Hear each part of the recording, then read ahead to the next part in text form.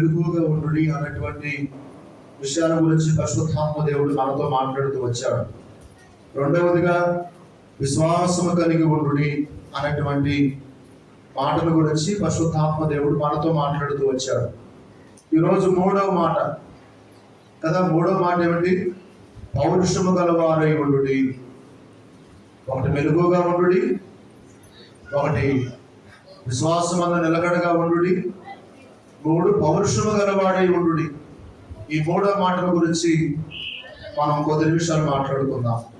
పౌరుషాల గురించి మాట్లాడితే మన దేవుడు చాలా చాలా పౌరుషము గల దేవుడు కదా. పౌరుషము గల దేవుడు ఆయన, రోషం గల దేవుడు ఆయన. ఒకసారి మనం పౌరుషాల గురించి మాట్లాడితే నిర్గమకాండం ఒకసారి మనం చూస్తే నిర్గమకాండం 20వ అధ్యాయము నిర్గమకాండం 20వ అధ్యాయంలో పౌరుషముల గురించి ఒక మాట ఉంది. పౌరుషముల గురించి ఒక మాట ఉంది. ఆ మాట మనం ఒకసారి చూద్దాం. 3వ వాక్యం, 20వ అధ్యాయం 3వ వాక్యంలో, నేను తప్ప వేరొక దేవుడు నీకు ఉండకూడదు, పైన ఆకాశం అందే గాని, క్రింద భూమి అందే గాని, భూమి కింద నేల అందే గాని, ఇటు దేని రూపమునైనను విగ్రహమునైనను నువ్వు చేసుకొనకూడదు, వాటికి సాగిలపడకూడదు, వాటిని పూజింపకూడదు. ఏది అనగా నీ దేవుడినైన యెహోవాను నేను రోషము గల దేవుడను. చెప్పకూడదు. అందరం కూడా స్వరమైతే దేవునికి స్తోత్రం. ప్రార్థన చేస్తున్నాం. ప్రేమ కలిగిన తండ్రి, పరిశుద్ధుడి వారి దేవా, వందనాలు, స్తుతులు, స్తోత్రాలు చెల్లిస్తూ ఉన్నాను. గొప్ప దేవుడా మీకు వందనాలు. గడిచినటువంటి నాయన ఆదివారం ఉదయకాల సమయం నుండి మరొక ఆదివారం ఉదయకాల సమయం వరకు మీ బిడ్డలమైనటువంటి మమ్మల్ని అందరిని కూడా జ్ఞాపకం చేసుకొని మా ద్వారా మీ నామానికి మహిమ, కీర్తి, ప్రభావాలు కలుగు నిమిత్తమై ఎంతవరకు కూడా నాయన మీ సన్నిధానములో మమ్మల్ని మీ పాత్రలుగా, మీ పరముట్లుగా వాడుకున్నారు. దాన్ని బట్టి కృతజ్ఞతాస్తుతులు, స్తోత్రాలు చెల్లిస్తూ ఉన్నాం. వచ్చినటువంటి వాళ్ళని దీవించండి, ఆశీర్వదించండి. మీ సన్నిధికి రావడానికి సిద్ధంగా ఉన్నా, సిద్ధపడుతూ ఉన్నా ప్రతి మీ కుమారుడు, ప్రతి మీ కుమార్తె త్వరగా మీ ఆత్మను బట్టి వారు కూడా మీ పాదాల సన్నిధికి తీసుకొని రాబడి వారి ద్వారా మా ద్వారా మీ నామానికి మహిమ తెచ్చుకోమని ప్రార్థన చేస్తూ ఉన్నాను. కొద్ది విషయాన్ని ఆయన మీ దాసుని మీ పక్షమంతా నిలవబెడుతూ ఉన్నాను. నన్ను కనుమరుగు చేయండి. నాలో వేరే ప్రతిష్ఠించబడి నా ద్వారా మీ నామానికి మహిమ తెచ్చుకోండి. చక్కని శ్రేష్టమైన పాఠ్యాంశం ఆయన ఓకరిస్తావా మెలుకులు ఆత్మ సంబంధంగా మెలుకులు కలిగి ఉంటున్నావా అన్నటువంటి అంశాన్ని ఉద్దేశించి మాట్లాడుతూ అయా మూడో మాట నాయన పౌరుషముల గురించి మాట్లాడుతూ నాయన ఇదిగో తండ్రి అయా మరి నిర్గమకాండం 20వ అధ్యాయము 3వ వాక్యములో ఉన్న కొన్ని మాటలు మేము చదువుకున్నాం. చదివినటువంటి మాటలో ఉన్న శ్రేష్టమైనటువంటి అద్భుతకరమైనటువంటి అక్షర సత్యాలు, అక్షర భావాలు పరిపూర్ణంగా ముందుగా యుగనదాసునికి తెలియజేసి నాతో కూడా వచ్చినటువంటి మీ పిల్లలతో ఆత్మదేవుని సహాయముతో మాట్లాడి ఈ ఉదయకాల సమయమందు మా అందరి ద్వారా మీ నామానికి మహిమ తెచ్చుకోమని యేసుక్రీస్తు వారి పేరిట ప్రార్థించి ఈ మనవలు అడిగి పొంది ఉన్నాము తండ్రి. ఆమేన్. మరొకసారి మాట చూద్దాం. నిర్గమకాండం 20వ అధ్యాయము ఒకసారి మనం 3వ వాక్యాన్ని చూస్తే, నేను తప్ప వేరొక దేవుడు నీకు ఉండకూడదు. ఎందుకు అంటున్నాడు ఆయన?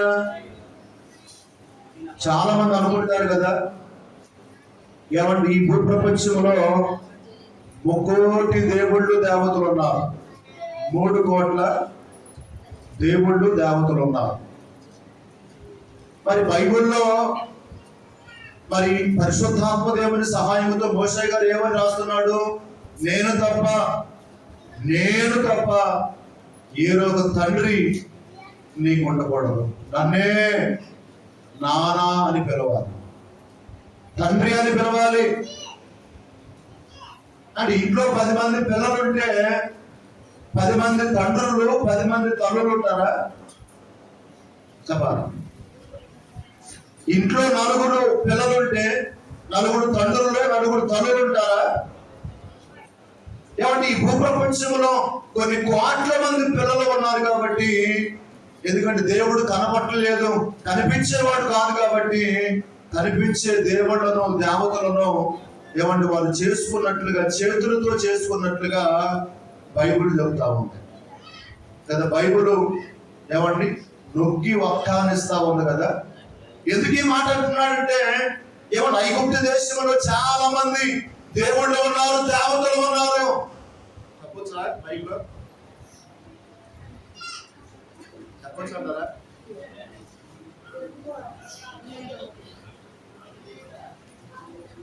రైట్. మన పేర్లు పెట్టట్లా, విగ్రహాలు అని బైబిల్లో ఉంది కాబట్టి దాన్ని సంబోధిద్దాం. విగ్రహాలకు పేర్లు పెడితే మన కోపం వస్తుంది. విగ్రహాలకు పేర్లు పెట్టకపోతే ఎవరికి అధ్యక్షుడు ఉండదు, ఎవరికి కూడా కోపం రాదు. నేను ఎప్పుడు కొన్ని సందర్భాల గురించి మాట్లాడేటప్పుడు ఎక్కడ కూడా ఏమండి పేరు పెట్టినటువంటి కాదు. బైబిల్లో ఏముందో అది చెప్పడానికి ఇష్టపడేవాడిని, దాన్ని బోధించడానికి ఇష్టపడేటువంటి వాడినే. ఏమండి ఎందుకు ఇక్కడ మాట్లాడుతున్నాడు ఆయన? నేను తప్ప ఏరొక దేవుడు నీకు ఉండకూడదు అని ఎందుకు ఆయన శిలాశాస్త్రం రాస్తూ ఉన్నాడంటే, ఐగుప్తు దేశంలో దేవుళ్ళు అనబడుతున్నటువంటి వారు, దేవతలు అనబడుతున్నటువంటి వారు కోకొల్లలో ఉన్నప్పటికీ కూడా 430 సంవత్సరాలు ఇశ్రాయేలీయులు ఏమండి ఐగుప్తు దేశంలో బానిసలుగా జీవిస్తున్నప్పుడు వారు మూలుగులు, వారి ప్రార్థన, వారి కన్నీళ్లు, వారి ఆక్రందన ఆ ప్రాంతంలో ఉన్న దేవుళ్ళు దేవతలు చూసారా? చూసి కన్నీళ్లు తుడిచారా? వారిని ఓదార్చారా?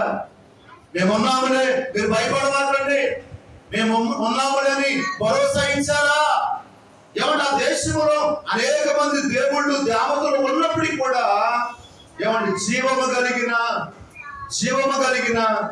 ఏమంటే భూమిని, ఆకాశమును, భూమి మీద ఉన్న పిల్లలను కలిగించిన జీవము కలిగిన ఆ దేవుడే విన్నాడు. చప్పట కొట్టి దేవుడు తీసుకుంటున్నాడు కదా.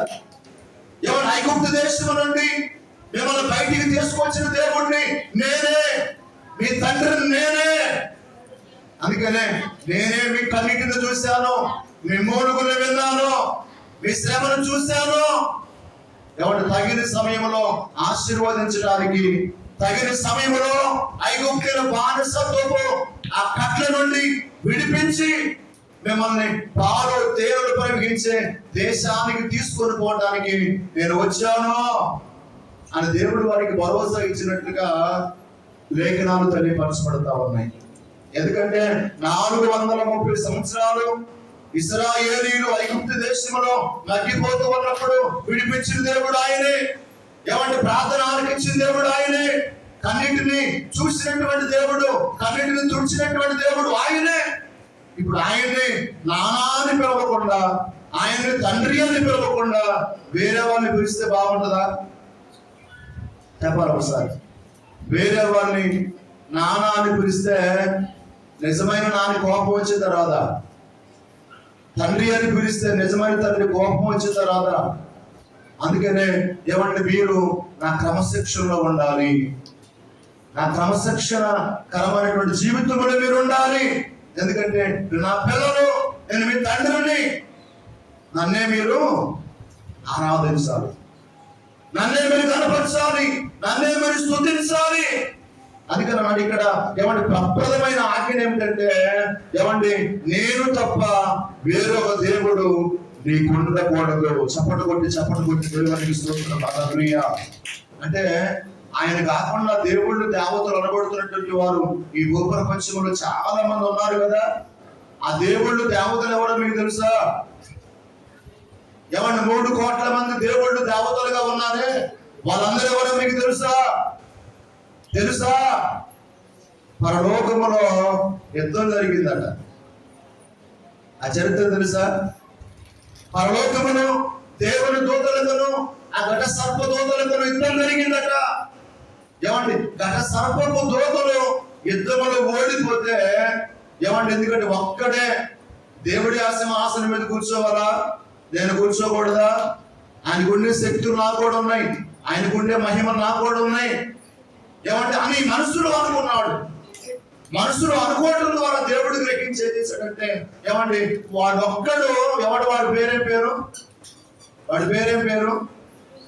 తేజో నక్షత్రమా, ఏకవు చుక్క, ఆకాశము నుండి నువ్వెలా కింద పడితివి.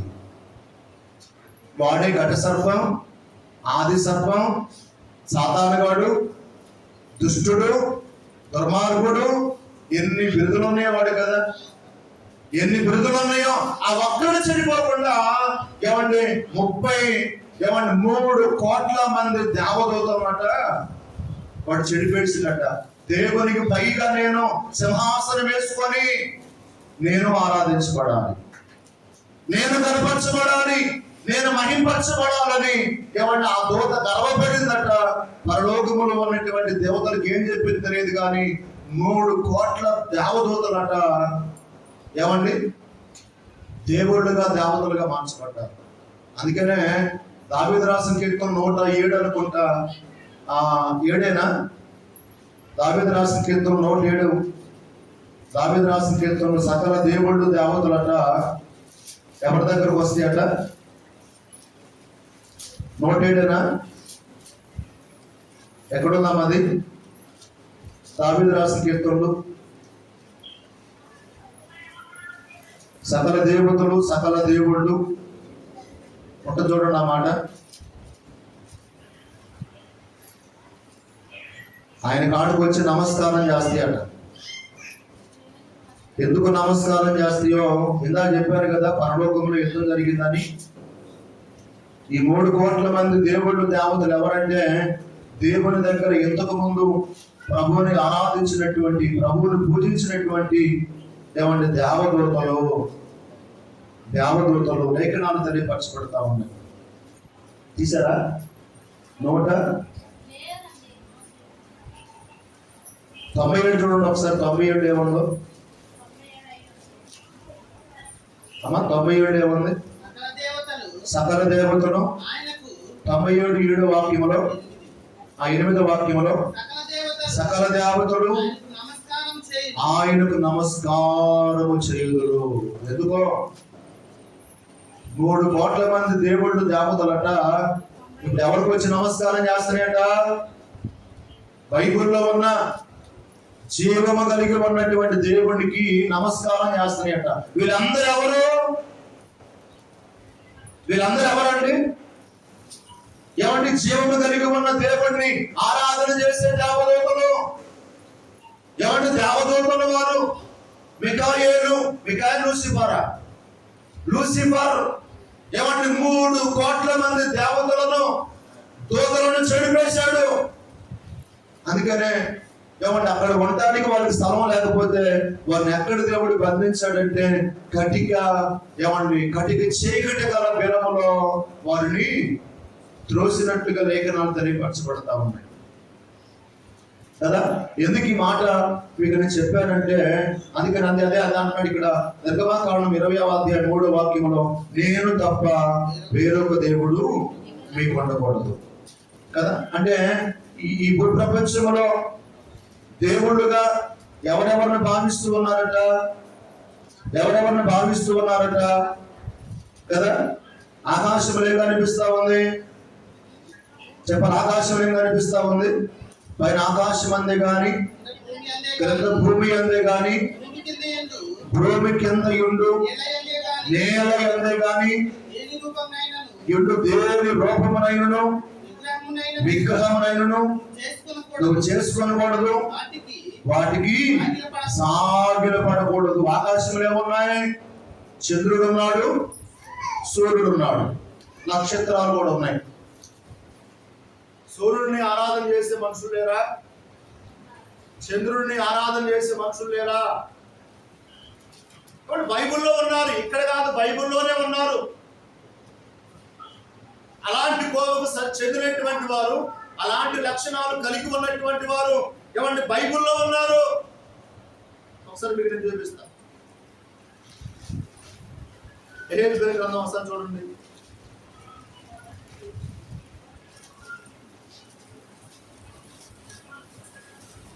హెజ్కేలు గ్రంథం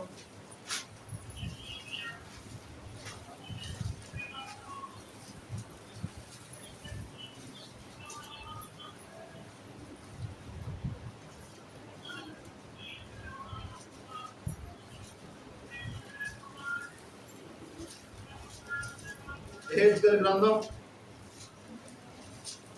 8వ అధ్యాయము 8వ అధ్యాయము ఒకసారి మీరు 16వ వాక్యం కిందకు వస్తారా? 16వ వాక్యం కింద 16వ వాక్యం అంతా చదవక్కర్లేదు. వారి వీపులు యెహోవా ఆలయము తట్టును, వారి ముఖములు తూర్పు తట్టును తిరిగి ఉండెను. వారు తూర్పుననున్న సూర్యునికి నమస్కారము చేయించుండేది. ఎవరికి నమస్కారం చేస్తున్నారు? సూర్యునికి నమస్కారం చేస్తున్నారంట.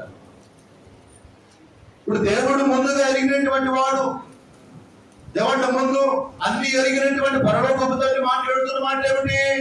పైన ఆకాశంలోనే కానీ అంటే ఒకటి మనకు దొరికింది ఏంటంటే, వారు ఏం చేస్తారంటే సూర్యునికి నమస్కారం చేస్తుంటే, ఇప్పుడు సూర్యునికి కొంతమంది ఏమై ఉన్నాడు? ఆయన మంచి వెలుతురునిస్తున్నాడు, వేడినిస్తున్నాడు. సూర్యకిరణాలు ఏమంటే పడకపోతే మనం వృద్ధి పొందాం, మనం ఆరోగ్యవంతులుగా ఉండం, సంతోషంగా ఆనందంగా ఉండం కదా.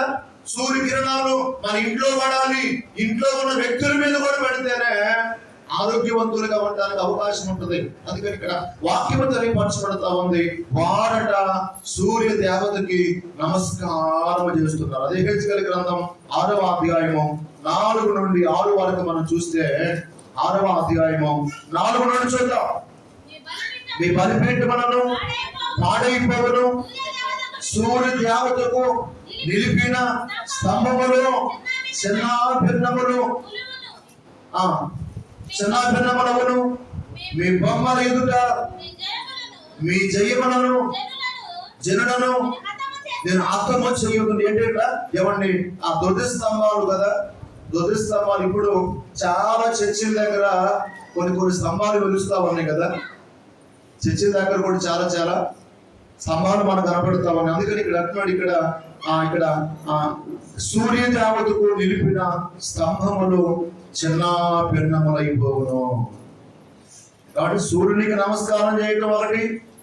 రెండవది, ఆ సూర్య దేవత గట్ట ఒక స్తంభాన్ని, దొదు స్తంభాన్ని అంటారు కదా, దాన్ని దొదు స్తంభాన్ని నిలవబెట్టి దాని పేరు ఆరాధన చేయడం. అందుకనే ఏమంటే, దేవుడు నేను తప్ప వేరొక దేవుడు నీకు ఉండకూడదు. పైన ఆకాశం అందే కానీ, కింద భూమి అందే కానీ, భూమి కింద నేల అందే కానీ, నేలలో ఉండు. నేలలో ఏముంటాయి? నేలలో ఏముంటాయి అమ్మా? సముద్రంలో ఏముంటాయి? తిమింగలాలు ఉంటాయి. ఏమండి, తర్వాత తాబేలు కూడా, తాబేలు దేవుడిగా భావించేవారు లేరా? చేపలను దేవుళ్ళుగా దేవతలుగా భావించేవారు లేరా? ఏమండి, నీళ్లు కూడా ఇంతకుముందు ఆ మైసూరా ప్రాంతాల్లో మన తోమ గారు మైసూరు ప్రాంతానికి వచ్చాడట. వచ్చి ఉన్నతమైన పరసంబంధ మన వార్త శుభవార్త ప్రకటిస్తా ఉన్నప్పుడు ఏమన్నా ఒక బ్రాహ్మణట ఒక ఏటి దగ్గరికి వెళ్ళి ఏం చేస్తున్నాడు? నీళ్లు పైకి చదువుతున్నట, మళ్ళా కింద పడిపోతుంది. మళ్ళా తీసుకొని మళ్ళా పైకి చదువుతున్నాడు, మళ్ళా కింద పడిపోతుంది. మళ్ళా తీసుకుని మళ్ళా చదువుతున్నాడు, మళ్ళా కింద పడిపోతుంది. ఈ తంతంతా తోమ గారు ఏమన్నా దగ్గరను చూసి అడిగి వచ్చాడంటున్నాడు. అయ్యా మీరు ఏం చేస్తున్నారంటే, అయ్యా మా సూర్యదేవతకి నీళ్లను సమర్పిస్తూ. నిజంగా సూర్యుడు దేవుడు నమ్ముతున్నానయ్యా. నిజంగా సూర్యుడు దేవుడైతే నువ్వు నీళ్లు అలా పైకి జరుగుతున్నప్పుడు ఏం చేయబడాలి? ఆవిరిగా మారాలి. మళ్ళా కింద పడిపోతుంది. ఏంటి అంటే, మీ సూర్యుడు దేవుడు కాబట్టి ఆ దేవుడిలో శక్తి లేదేమో కదా. నిజమైన దేవుడు ఎవరో చూపిస్తారని తోమ నీళ్లు తీసుకుని చదివితే సుఖకోడి కింద పడలేదు, చప్పటి పడి దేవుడికి చాలా మంది అండి. ఉదయాన్నే మనం చూస్తే లోక సంబంధమైన ఆచారాల మధ్య మనం ఎవరి క్రైస్తవ ఉన్నతమైనటువంటి పరిశుద్ధమైన జీవితాన్ని ముందు కొనసాగిస్తూ, అందుకని ఇక్కడ వాక్యం తెలియపరచబడతా ఉంది. ఈ రోజుల్లో చాలా మంది కూడా చేపలను దేవుళ్ళుగా, తాబేడులను దేవుళ్ళుగా భావించేటువంటి వారు చాలా మంది ఉన్నారు. తర్వాత విగ్రహాలు అన్నాడు కదా, విగ్రహాలు, వాటికి నమస్కారం చేసుకోకూడదు, వాటిని చేయకూడదు. చేయటం అంటే ఏమన్నా చేసే అక్కడ చిన్న ఒకటి ఉంటుంది చూడండి, ఒక మాట ఉంటుంది అక్కడ, ఒకటాంకు ఉంది చూడ, ఒకటాంకు ఉందా? ఎక్కడది? విగ్రహములను నూకాడేముంది? ఒకటి ఉందా? కింద పుట్టినట్లు చూడండి, చెక్కిన విగ్రహాలు అన్నాడు. ఎవరు చెక్కుతారు విగ్రహాలని? మనమే చెప్తాం. అంటే దేవుడు కనబడేవాడు కాదు, దేవుడు కనిపించట్లేదు కాబట్టి ఎవరిని మనుషులు, ఎవరిని కనిపించే దేవుళ్ళను దేవతలను వారి స్వహస్తాలతో చేసుకున్నట్లుగా లేఖనాలు తెలియపరచబడతా ఉన్నాయి కదా.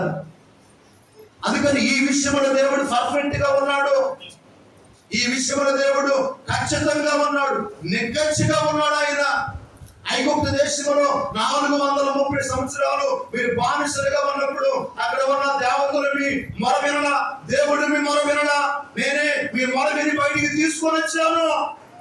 నన్నే తండ్రి అని పిలవాలి, నన్నే నాన్న అని పిలవాలి. వేరే వాళ్ళని పిలిస్తే జాగ్రత్త అన్న, వేరే వాళ్ళని పిలిస్తే జాగ్రత్త అని కింద ఒక మాట అన్నాడు ఆయన. 5వ వాక్యం ఏది అనగా, నీ దేవుడినైన యెహోవానగు నేను రోషము గల దేవుడిని. చప్పట్లు కొట్టి దేవునికి స్తోత్రం. అందుకనే ఎవరు ఎస్తేరు గ్రంథంలో ఉంటాడు, ఆయన పేరేం పేరమ్మా?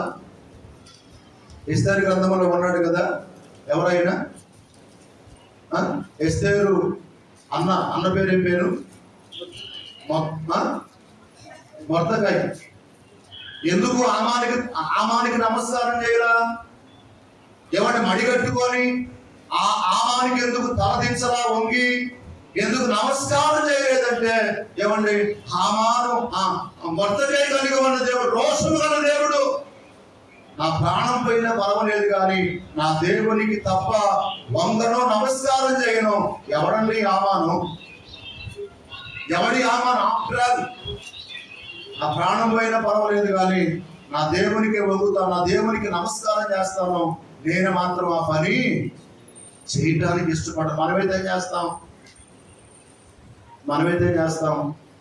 నిన్న 9వ రోజు 11వ రోజు అమ్మా, నిన్న 11వ రోజు శుక్రవారం పూట లాస్ట్ ఒకటి వచ్చింది కదా, మన ఊరిలోకి వచ్చినప్పుడు చాలా మంది ఆడికి వెళ్ళారు కదా.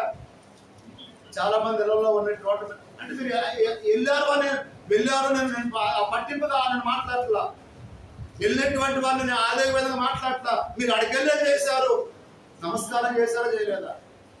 ఇట్లా అన్నారా లేదా? అనలేదు. ఎవరు కూడా అన్నదా? దండం పెట్టలేదా? చెప్పాలి నిజమేనా? ఎందుకంటే ఈ లోకంలో చాలా మంది ఉన్నాడు, ఏ దేవుడైతే ఏమైంది, అవసరాలు తీరిస్తే చాలు. ఏ దేవత అయితే ఏమైంది, అవసరాలు తీరిస్తే. అంటే ఎంతమంది దేవుళ్ళు ఉంటారు, ఏమంటే ఒక్క దేవుని మీద నమ్మకం ఉండదు వాళ్ళకి. అందుకని ఎంతమంది దేవుళ్ళ మీద ఎందుకంటే ఈ దేవుడు చేసాడు, లేకపోతే ఆ దేవుడి దగ్గరికి వెళ్దాం, ఆ దేవుడు చేసాడు, లేకపోతే ఆ దేవుడి దగ్గరికి వెళ్దాం. మనం ఎంతమందిని ఆరాధన చేస్తాం? ఒకే ఒక్క దేవుడు, చేసిన ఆయనే, చేయకుండా మాని వేసిన ఆయనే. చప్పటి కొట్టి అందుకనే ఎవరి మొర్దెకై అన్నాడు, అయ్యా అక్కడ ఉన్నటువంటి బట్టలు ఎందుకు నువ్వు చేయవు? ఈ ప్రాంతంలో ఉన్న ప్రతి ఒక్కరు కూడా ఆమానికి నమస్కారం చేస్తూ ఉంటే నువ్వెందుకు వంగవు, నమస్కారం చేయమని అంటున్నాడు. నేను యూదుడిని, శివము కలిగి ఉన్న నా దేవునికి తప్ప ఎవరికి నమస్కారం చేయను, వంగను కూడా కదా. అన్నాడా లేదా? మరొక 3 యవనస్తులు కూడా ఉన్నారు కదా. ఎవరా 3 యవనస్తులు? శద్రకు, మేషకు, అబేద్నెగో. రాజుగారి శాసనం ఏంటి? ఎవరికి తూరు అనే మైదానంలో ఎవరిని బంగారు ప్రతిమను అక్కడ నిలవబెట్టారు. అంటే రాజుగారి బొమ్మను నిలవబెట్టారు. ఏమంటే ఉదయం సాయంత్రం సింఫోనియా, విపంచక, పెద్దవీణ, సకల విధములకు వాయిద్యములు వినబడినప్పుడు ఏమండి సకల ఈ ప్రాంతంలో ఉండే వారందరూ కూడా ఏం చేయాలి? ఆ బొమ్మ దగ్గరికి వెళ్ళాలి, నమస్కారం చేయాలి, సాగిలు పడాలి, ఆ బొమ్మను పూజించాలి. కానీ శద్రక మేషక అబేద్నెగోలు మాత్రం ఆ పని చేయట్లే. కారణం ఏంటి? మా దేవుడు రోషం గలవాడు. మేము దేనికి పడితే తన దండం పెట్టం, దేనికి పడితే నమస్కారం చేయం. ఆజ్ఞను తెలుసా? ఏమండి ఏ ఆజ్ఞైనా మాకు పర్వాలేదు, మమ్మల్ని తీసుకొని వెళ్ళి అగ్నిగుండములు పడవేసిన మా దేవుడు మమ్మల్ని రక్షించగల సమర్థుడు. చప్పటి కొట్టి దేవునికి స్తోత్రం. ఆ ప్రాణాలను ఇస్తాం, కానీ మేము మాత్రం అక్కడికి వచ్చి పని చేయం.